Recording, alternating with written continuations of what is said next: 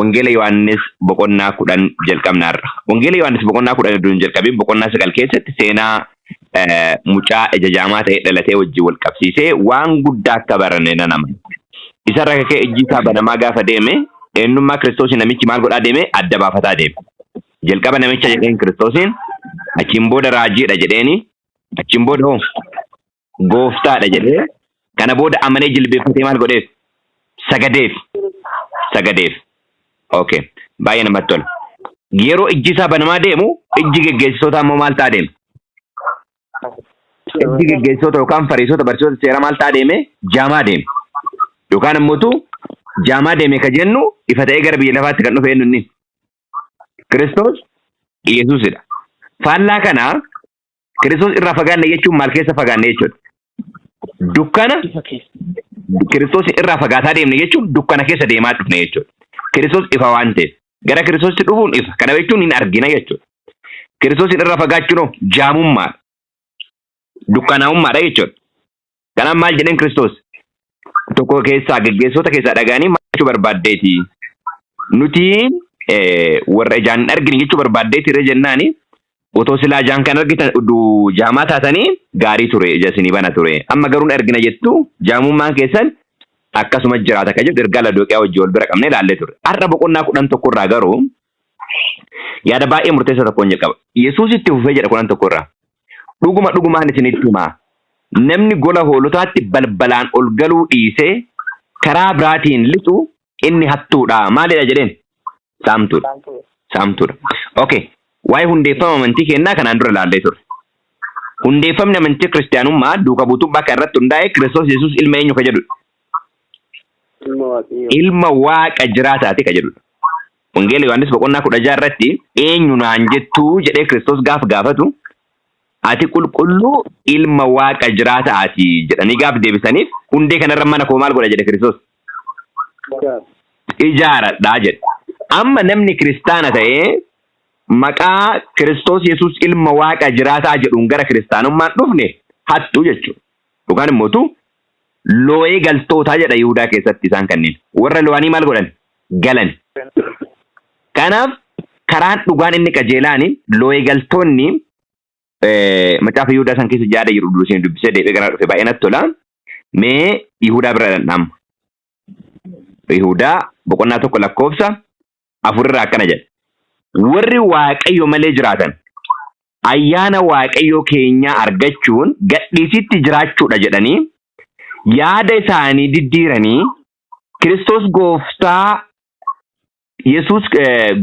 keenya Yesuus Kiristoosin isa kophaasaa gooftummaa qabu gananii loo'anii nu gidduu galaniiru. Isaan kun wanta yakka isaanitti mursiisu kana jalatti duraan dursanii maal ta'anii jira? Dhaafamaniiru jedha. Isaan kun warra maal ta'anii galanidha? Warra loo'anii galanii. Karaa qajeelaadhaan oduun ta'an jechuudha. Ingiliffisaa jecha lakkoofsa 4 kana akka afaan Oromootitti miti kan hiiku kiliir godhee waan lafa kaawwee qaba. Lakkoofsa 4 kana irraa akkana jedha. For there are certain men crept in unaware. Warra loo'anii seenan. Who were before of all ordained to this condemnation. Yakka kanaaf kan jalqabatti muramu. Ungodly men warra Waaqayyo malee jiraatan. Turning the grace of our God ayyaana Waaqayyo kennaa ejjummaatti kan jijjiiran. Denying the only Lord God Waaqa keenya isa tokkocha gooftaa fi akkasumas gooftaa keenya Yesuus Kiristoos warra maal godhanidha? Warra gananidha. Abbaa fi ilma warra maal godhanidha jechuudha? Warra ganan. Ingiliffi akkasii kaa. Warra Ingiliffa harka qabdan. Our only Lord God, and our Lord Jesus Christ. Warra loo'anii galanidha jedhu warra kanneen. Warra Ingiliffa biraa qabdan yoo laaltan akkasi clearly arguu dandeettu jechuudha. Oromiffin Amaariffin xiqqoo si kallattii qajeelchee kan jiru. Fakkeenyaaf Amaariffi ብዙ ጊዜ በፊት ለዚህ ፍርድ የተጻፈው አንዳንዶች ሰዎች ሾልኮ ገብቷልና ኃጢአተኞች ሆነው የአምላካችንን ጸጋ በሴሰኝነት ይለውጣሉ ንጉሳችንን እና ጌታችን ብቻውን ያለው ኢየሱስ ክርስቶስን ይክዳሉ የአምላካችን ጸጋ በሴሰኝነት ይለውጣሉ የንጉሳችንና የጌታችን ብቻውን ያለው ኢየሱስ ክርስቶስን ይክዳሉ ጀዳ አማርፊን ኢንፎርሜሽን እንግሊዝ ፎላልተን our only God Lord God and our Lord Jesus Christ waaqa tokkocha gooftaa keenya waaqa tokkochaa fi Gooftaa keenya Yesuus Kiristoos hin jedha. Adda kaaya akkasii adda baay'ee hin jedhan Ingiliffaa warri Ingiliffa qabdan. Okay gara yaada keenyaatti deebina. Wangeelii Yohaannis boqonnaa 11 irratti warra maal ta'an jedhaan karraan kan hin galle maalidha jedhaan. Karraan kan hin galle haastuu fi saamtuudha jedhaan. Fakkeenyaaf hundeeffama gara waldaa keenyaatti deebinaa dhufnu. Hundeeffama qaba dhugaarratti hundaa'e qaba waldaan keenya. Harka waaqaatu hundeessa. Karaa hundeeffama waldaan kun ittiin hundeeffamne gara waldaa kanaatti kan dhufne hundinuu maal jedhama? Hattuu saamtu jedhama. Kana jedhamu Yesuus itti fufee dhugumaan isinitti hima. Namni gola hoolotaatti balbalaan ol galuu dhiisee karaa biraatiin lixu inni hattuudha saamtuudha. Okay, balballi eenyudha? Kiristoos Yesuusidha. Kiristoos Yesuus ilma waaqa jiraataati keessaanuu. Kiliirlee adda baasuu qabna. Kiristoos Yesuus ilma waaqa jiraataati. Kiristoos Yesuus ilma waaqa jiraataati jedhee namni Kiristoosiin hin amanne hundinuu gara kiristaanummaatti gaafa makamu looyee galtuu yookiin immoo saamtuu jedhama. Lakkoofsa 2. Namni balbala gola hoolotaatti ol galu inni tiksee hoolotaa sanaati jedha. Namni balbalaan gola hoolotaatti ol galu garuu inni tiksee hoolotaa sanaati jedha. Amma tiksee ofii uduu jedhanii utoo tikseen ta'in kan jiran macaafni qulqulluun ifa godhee baay'ee lafa kaa'e jechuudha. Keessanuu Hisqeel boqonnaa 34 dubbifachuu dandeenya. Tiksee sanaaf kellaa eegduun hin banaa. Hoolonni sagalee isaa maal godhu? Hin beeku. Inni hoolota isaas maqaa isaaniitiin isaan waamee gad isaan maal godha jedha? Gad isaan yaasaa jedha. Gad isaan yaasa. Hoolonni sagalee isaa beeku jechuun otoo isan beekin sagalee isaa beekuu hin danda'amaa? Otoo abbaa tokko hin beekin sagalee namicha kanaa kun Oromoo sagalee baluu ta'an fakkeenyaaf isin namni addatti gootanii otoo namicha hin beekin sagalee adda baasanii sagalee qofa jechuudha. Irra deddeebinee eksperiyansii yoon amma maqaa koo isinitti himee eenyummaa koo isinitti himee yeroo baay'ee yoon nan jenne akkanumaan tasa sagalee mana geettanii sagaleen kun sagalee tibbeessuu jechuu dandeessu? Hin danda'amu. Jalqaba namicha irra deddeebiin maal gochuu qaba? Baruu qaba. Baruu qaba. Wangeelii Yohaannis 8:24 maal jennee ture? Ani eenyu akka ta'e beektanii yoo natti amanuu baattan cubbuu keessanii maal gootu jedha Kiristoos? Badduu jedha. Cubbuu keessaniin duutuu jedha. Wangeelii Yohaannis boqonnaa 9 keessatti illee sitti akka amanuuf inni ati eenyu? Inni ilma waaqaa jedhame kun eenyu jedhee gaafate namichi jaamaan sun. Inni ana jedheen. Baay'ee gaariidha. Kanaaf maal jedhaara? Hoolonni sagalee isaa maal godhu? Beeku. Sagalee isaa beeku. Kanaaf namni balbalaan ol galu eegduu jedhama jedha. Tiksee jedhama. Tiksoonni illee hoolonni illee sagalee isaa akka beekan lafa kaa'u. Baay'ee gaariidha. Kanaaf amma tiksee isa dhugaa wajjin hangafa tiksee isa dhugaa wajjin wal beekuu qabna jechuudha. Tiksee isa guddicha wajjin. Tikseen inni guddicha eenyuni? Kiristoos Yesuusidha. Tiksitoota akka taanuuf garuu hunduma keenyatti wadaraan maal ta'eera? Kennameera. Yoo xiqqaate an tiksee maatii kootiiti. Yoo xiqqaate haadha manaa koo ijoollee koo. Yookiin immoo namoota hedduuf hiriira keessatti tiksee ta'uu danda'a jechuudha. Yeroo tiksee jennu nu geggeessota qofa irratti xiyyeeffannaa ija keenya kaasuu hin qabnu. Immediately geggeessota qofa irra gochuu hin qabnu. Walii keenya ofirratti illee deebisuun baay'ee gaariidha. Sababni isaa xiqqaate hundi keenyayyuu mana keenyaan maalidha? Tikseedha. Lubbuu 2-3 illee haa ta'uti warra nu dhagaan hedduu jiran waan ta'eef jechuudha. Kanaaf tiksee sanaaf kellaan eegduun hin banaa hoolonni sagalee isaan beeku hin dhaga'u qofa odoo hin taane maal godhu jedha macaafni qulqulluun. Sagalee isaa hin beeku. Hin beeku. Inni hoolota isaa maqaa isaanii isaan waamee gad isaan maal godha? Hin baasu.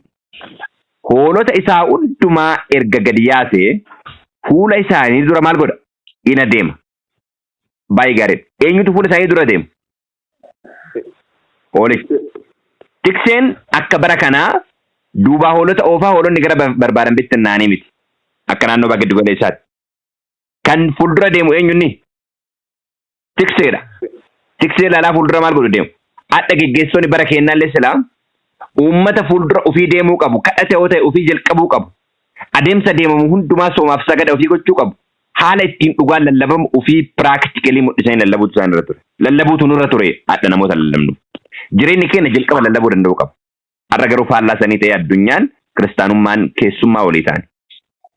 Addunyaaf kiristaanummaan yookaan kiristaanummaa wanti jedhamu addunyaadhaan maal ta'e keessummaa ta'e. Lamin waanuma addunyaatti tolutti kiristaana jedhamee bifa ofii jijjiire waan ta'e. Hoolota isaa hundumaa gadi yaasaa fuula isaanii dura sina deema hoolonni sagalee isaa waan beekaniif isa duukaa maal godhu? Isa duukaa bu'u. Hoolonni sagalee isaa waan beekaniif isa duukaa bu'u. Kanaaf amma nu ka duukaa deemuu qabnu eenyuun duuka jechuudha. Kiristoosin qofa duukaa. Tiseenii dhugaa isa qofa waan ta'eef. Namni kamiinuu antis ta'e yoo ka jedhu akka eenyutti ittisuu qaba. Akka Kiristoositti ittisuu qaba. Akka sagalee macaafa qulqulluu jedhu ittisuu qaba. Kanaaf karri dhugaa gara waldaatti yookaan ammoo gara hundee kiristaanummaatti ittiin ol seenanii karra tokko qofa. Inni illee Kiristoos Yesuus ilma waaqa jiraataa isa jedhu hundee amanamaa. Karaan dhugaan jireenyi ana jedha 14 biraa yoo baanin ilaalla. Gara 10 wal bira qabsiisnee yoo sanillee irra deebinee ilaalla. Hoolonni sagalee isaa waan beekaniif. Lakkoofsi 5. Sagalee warra ormaa waan hin beekneef nama ormaa maal godhu? Hin baqatu malee isa duukaa maal hin godhan? Hin bu'an. Mee amma reyaalitii amma jiru wajji wal biraa qabnu waan kana mee. Okay, mee waa'ee hoolaa firee ishii sirriidha. Adda mee qabatama waan jiru wajji wal biraa qabnu. Sagaleen ormaa kan hoolonni dhiyeessan maal jechuudha? Sagalee ragaa dhugaa macaafa qulqulluu irratti hundoofne jechuudha. Sagalee dhugaa ragaa macaafa qulqulluu irratti hundoofne hoolonni dhugaa sagalee san maal godhu? Hin dhiyeessu. Hin dhiyeessu. Waa'ee gara manaa ol gaduu keessatti karreen nunni Kiristoos Yesuus ilma waaqa jiraataati.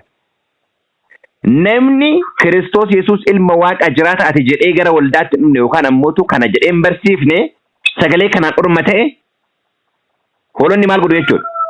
Hin dhiyeessu jechuudha. Sababni isaa sagaleen sagalee maaliiti? Sagalee mormituu Kiristoosiiti. Ergaa Yohaannis 1:2 29. 22 maal jedha?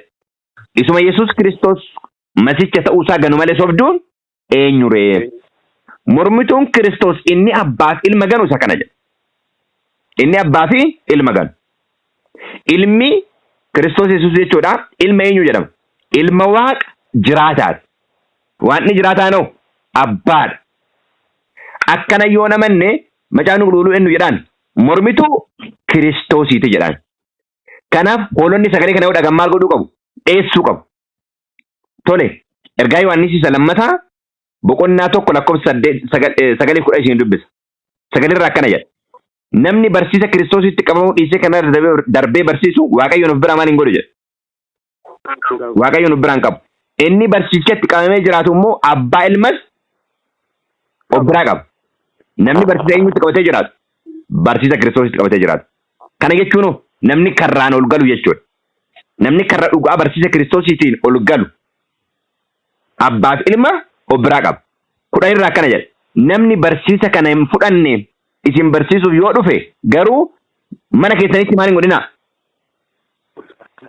Hin simatinaa. Nagaallee isa maal hin godhinaa? Kana jechuun hoolonni sagalee isaa dhagan maal godhu jechuudha? Hin dhiyeessuu jechuudha. Hin dhiyeessuu isa jenna jechuudha. Sababni isaa namni kun barsiisa Kiristoosiin maaliin waan hin taaneef waan hin dhufneef. Barsiisa Kiristoosiin namni deemu eenyu biraa qaba obboloota koo. Abbaa fi ilma of biraa qaba. Isa gubbaa irratti loo'ee galtoota jenne san jechuudha. Warri loo'ee galtoonni abbaa fi ilma yookaan barumsa dhugaa abbaa fi ilmaa kan maal hin gooneef kan hin fudhanneef. Baay'ee gaariidha. Kanaaf Yesuus ammas dhugumaan isinitti himaa. Ana balballi eenyu jedhe? Hoolotaa. Ana balballi hoolotaa. Wangeela Yohaannis boqonnaa 10 torba dubbis 6 Yesuus deebii lakkoofsa 5 dubbifnee turre sagalee warra ormaa waan hin beekneef nama ormaa hin baqatu malee isa duukaa maal hin godhan? Hin bu'an. Nama barnoota Kiristoosiitiin hin dhufne manatti maal hin godhinaa jedhama jaan guluun hin simatinaa. Kana jechuun namaan nagaan jedhinaa jechuu miti. Barnoota isaa irraa maal hin godhinaa? Irraa hin fudhatinaadha malee nagaa san gaafatinaa inni jedhu isa amma kun akkam bulte nagaa akkas waliin jedhan kana miti. Nagaa jechuun duuka buutotaan maal jedhaa ture? Mana isaanii dhaqaati nagaa jedhaa gaafadha. Ilmi nagaa hoo jiraate nagaa isin jalaa maal godha? Nagaa isin jalaa qabu. Yoo isaan didan immoo daaraa miila keessanii achitti urgufadhaa maal godhaa jedhaa ture Kiristoos? Deemaa jedhaa ture. Nagaa akka inni jedhaa turetti ergaa irraa fudhachuudha jechuudha. Kanaaf lakkoofsa 6 Yesuus deebii haala kana. Yesuus dubbii haalaa kana isaanitti maal godhe hime. Isaan garuu wanta inni isaanitti hime kana kun maal akka ta'e maal hin goone jedha. Enuban. Maal akka ta'e enuban. Dubbiin lakkoofsa 10 amma 5 irra jiru dubbii guddaadha jechuudha obboloota. Dubbii guddaadha. Dubbii guddaadha. Adhallee waldaa keenya keessatti dhugaa qabannee sochoona gaafa jennu akka Kiristoos jedhetti yoo hin jenne akka waldaa keenyaatti mootu akka hundee waldaa keenyaa hundeessitoon dhugaa kana karaa isaanii Kiristoos Yesuus hundees dhugaa hundeen waldaan kun ittiin hundaa'een fudhanni taanaan namni sun maali? Looyee galtuudha yookiin mootu saamtuudha jechuudha. Kana jechuun hundee waldaa keenyaa maali? Dhugaadha. Kiristoos irratti hundaa'e. Waaqa dhugaa irratti, sanbata dhugaa irratti, ergaa kamiinuu irratti hundaa'e. Adeemsa progresii kan jijjiirame miti. Kanaaf akka hundee kanaatti kan dhufne namni hundinuu maalidha? Looyee galtuu jedhama jechuudha. Kanaaf looyee galtuu akka falminuuf jala akka dhaabannuuf Waaqayyo nu haa dandeessisu. Dubbii akka barraa'e jechuudha. Yesuus dubbii kana dubbii haalaa kana isaanitti hime. Isaan garuu wanti inni isaanitti hime kun maal akka ta'e nu hubanne. Lakkoofsa 7. Yesuus ammas dhugumaan isinitti himaa. Ana balballi eenyu jedhe? Balballi hoolotaa. Ana jedhe. Okay, ana balballi hoolotaa jedhe. Okay, Kiristoos eenyunni? Ana eenyu naan jettu jedhee gaafatee ture mee Kiristoos? Baay'ee gaarii. Anaan eenyu naan jettu jedhee gaafate Kiristoos jechuudha jechuudha. Kana booda Phexros maal jedhee deebiseef? Ati qulqulluu ilma Waaqa jiraataati. Ati ilma Waaqaa jiraataa jedhee. Kanaaf ilma Waaqa jiraataatitu karraa inni sila gubbaa irratti jedhaa tureef kanaaf jechuudha. Wangeeluma Yohaannis kana boqonnaa 10:36 biraan baana waa'ee ofii akkamitti akka inni dubbate jechuudha. 8 irratti. Warri na dura dhufanii karaa biraatiin lixan hundinuu hattuudha. Saamtuudhas. Hoolonni garuu isaaniif maal hin goone? Hin dhageenye. Balbalichi ana. Inni anaan ol galu maal ta'a? Hin fayya. Ol hin gala.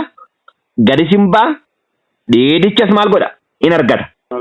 Sababni isaa buddeenni inni dhugaa inni Waaqa irraa gadi bu'e eenyudha jedheera lakkoofsa boqonnaa 6 irratti. Ana jedheera. Boqonnaa 7 irratti immoo namni dheebote gara kootti maal haa godhu jedha? Haa dhufu. Boqonnaa 4 irrattis boqonnaa 7 irrattis kanan dubbata jechuudha. Kanaaf balbalichi inni dhugaan Kiristoos Yesuus. Tikseen inni dhugaan Kiristoos Yesuus. Eegduun inni dhugaan Kiristoos Yesuus. Wanti hundinuu inni Kiristoos Yesuus. Kanaaf galanni isaaf haa ta'u. Okay. Lakkoofsa 10.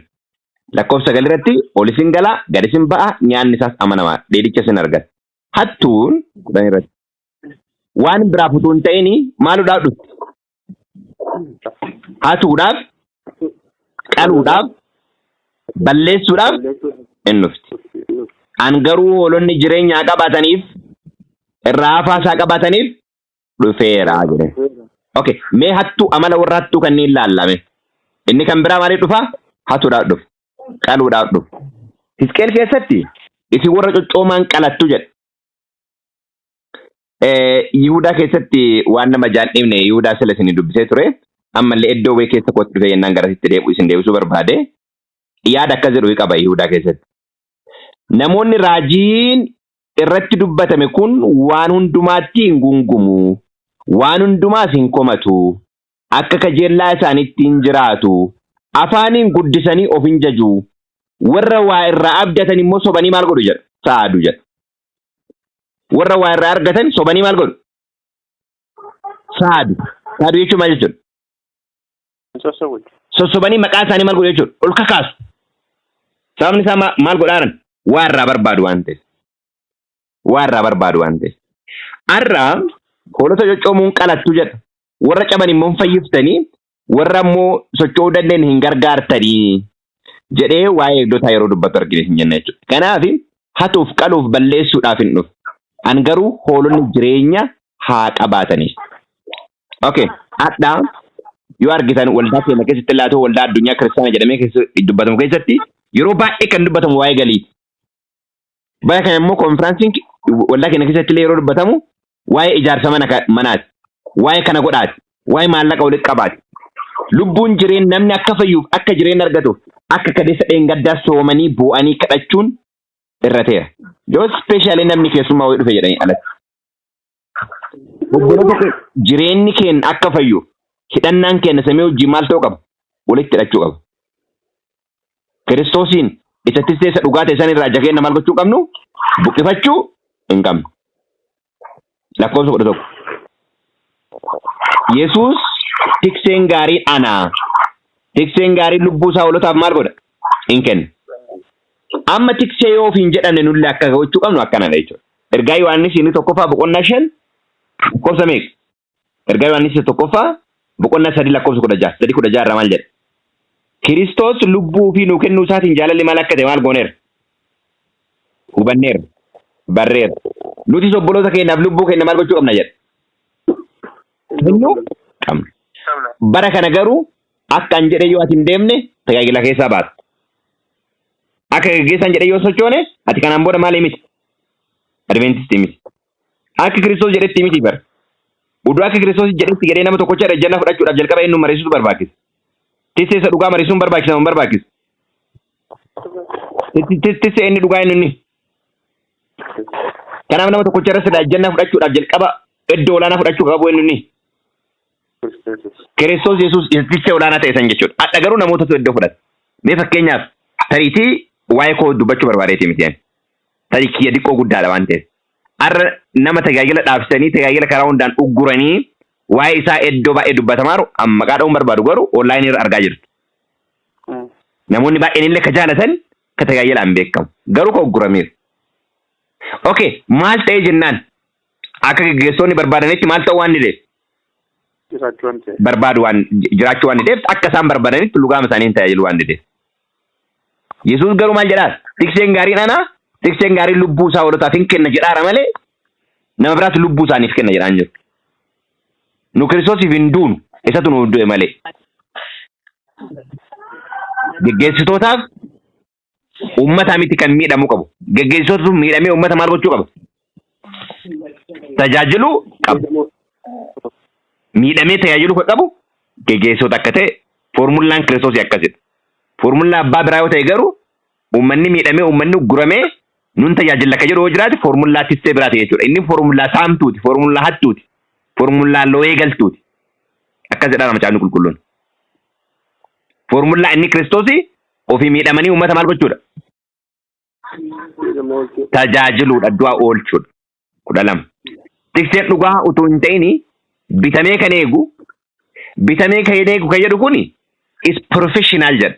Professional jechuun maal jechuu fakkaata? Fakkeenyaaf amma kampaniin industirii hojjetu wayii gaafa na qacaru an professionally electrical engineering baradheera waan ta'eef tariitii waan san hojjedha teknikiin. Kun anaaf maali obboloota koo? Professionii waan maallaqa ittiin argadhu. Kanaaf namichi sun akka isaan hojjedhu waan barbaadeef maallaqaan maal na godheera jechuudha. Na qacareera. Obboloota koo wangeela madda galii godhameera amma bara kana. Wangeelli maalii godhameera? Madda galii. Keessaanuu barnoota baratanii kutaa 10tti yoo barumsi dhufuuf illee kutaa 12 yoo dhufuuf illee maal baratu obboloota koo? Teoloojii. Waan akkasii argitaniittu? Yuunivarsiitii yoo kufee dhufe maal barata namni? Kottu maal baradhu? Barumsi warri isinitti ulfaate kotta maal baradhaa jedhu yeroo baay'ee. Ana irra deddeebi'ee waan na qunnameef.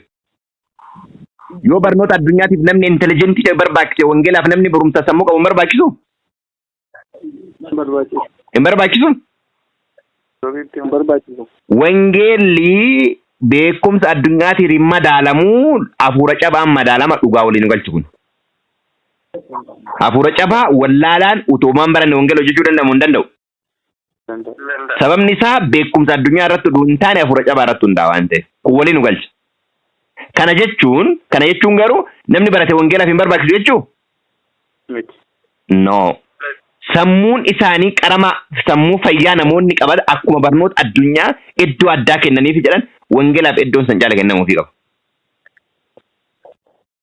Adda wangeelli wantum dadhabeef obboloota koo namoonni madda galii waan godhataniif.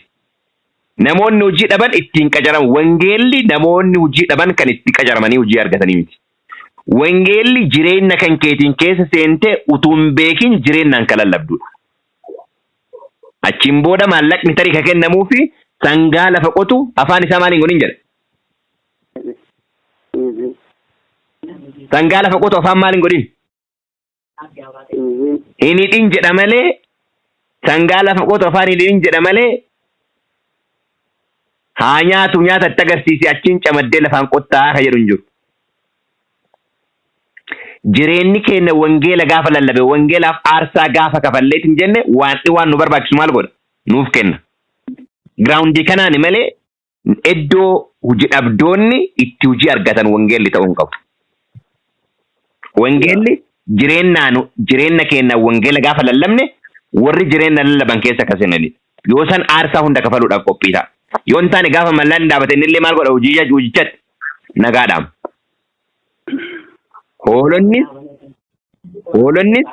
kan isaa kan hin ta'in yayyiin hoolotatti dhufu yemmuu argu hoolota dhiisee maal godha hin baqata.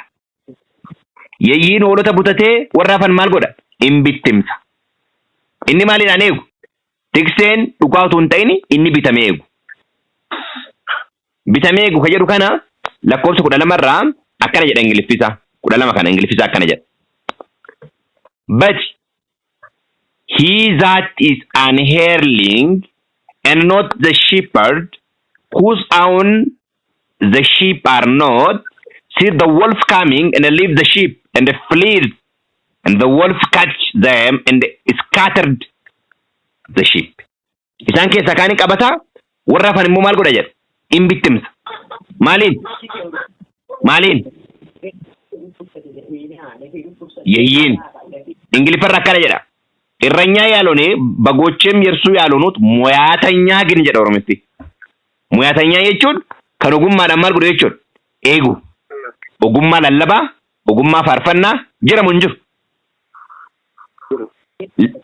Ogummaa lallabaa ka qaban baay'ee hin jiru. Ogummaa faarfannaa baay'ee qaban jiru. Ogummaa tajaajila adda addaa jechuudha. Ogummaadhaan inni tajaajila kanneen tajaajilamu. Hin bittimsa jedha. Namichi sun bitamee waan eeguuf hoolotaaf maal hin godhu? Hin dhimmu. Hoolotaaf hin dhimmu. Tikseen gaariin an hoolota koo beeka, hoolonni koos na beeku. Hoolonni koos na beeku. Okay. Kutaa tokkoffaa kanuma irratti dhaabaa. Kutaa lammaffaa asirraa itti fufnaa. Lakkoofsa 10 irratti ka jiru yaadaan 15 irra ka jiru yaadaan naa qabadhaa. Bal'inaan borullee kutaa lammaffaa keessatti deebina. Abbaan akkuma na beeku, anis akkuma abbaa beeku, ani hoolonni koo maal goona? Wal beekna lubbuu koo hoolota kootiif nan kenna. Kareessa boqonnaa 8 irra maal jennee ture? Ani eenyu akka ta'e beektanii yoo natti amanuu baattan cubbuu keessanii maal gootu? Baddu jedha Wangeela Yohaannis 8:24 irratti. Akkamitti beekna Kiristoosiin gaaf jennu ammootu akkuma abbaan isa beekutti isa beekna. Sababni isaa akkuma abbaan na beeku, akkuma an abbaa beeku, ani hoolonni koo maal goona jedhaara? Wal beennaa jedha. Kanaaf macaafa qulqulluu keessatti waaqa itti amanne utuu hin beekin adeemsi deemnu hundinuu adeemsa qulqulluu obboloota koo adeemsa yeroon irra darbe akkanumaan adeemsa kallattiin qabne deemaa turre jechuudha. Ammallee waaqayyo nu haa gargaaru. Isatti amane beeka namoota jedhantu barbaachisu adeemsa keessatti. Isatti amane beeka. Abbaan akkuma na beeku, anis akkuma abbaa beeku. Otoon kana nama position guddaa irra waldaa keessa jiru hojii uduu qayyabannu iddoo kana dubbiseef. Iddoo kana dubbisee jennaan kana sadaa akka nuuf fudhattaan jedhe. Akkamitti fudhadharee jedheen. Ati dhuguma akka Kiristoos abbaa beekutti akka abbaan Kiristoos beeku isa beekuu hin dandeettaan jedhe. Macaafni qulqulluun maal jedhaa? Akkasi beektu jedhaa. Ani immoo lakki hin beeku macaafni qulqulluun sirrii miti jechuu danda'a? Hin danda'u. Kana badhinnee boruu laallaa abbaan akkuma na beekutti anis akkuma abbaa beekutti ani hoolonni koo maal goona? Wal beekna. Wangeela Luqaas boqonnaa 10:22 irraa maal jedha? Abbaa malee ilma ka beeku hin jiru. Ilma malee 22 irraa isin dubbisa. Itti fufee namoota achi turanitti abbaan koo waan hundumaa dabarsee maal godheera? Anatti kenneera. Abbaa isaa duwwaatu beeka malee ilmi eenyu akka ta'e ka beeku hin jiru. Ilma isaatii fi warra ilmi isaatti mul'isuu barbaadetu abbaa beeka malee abbaa eenyu akka ta'e ka beeku hin jiru.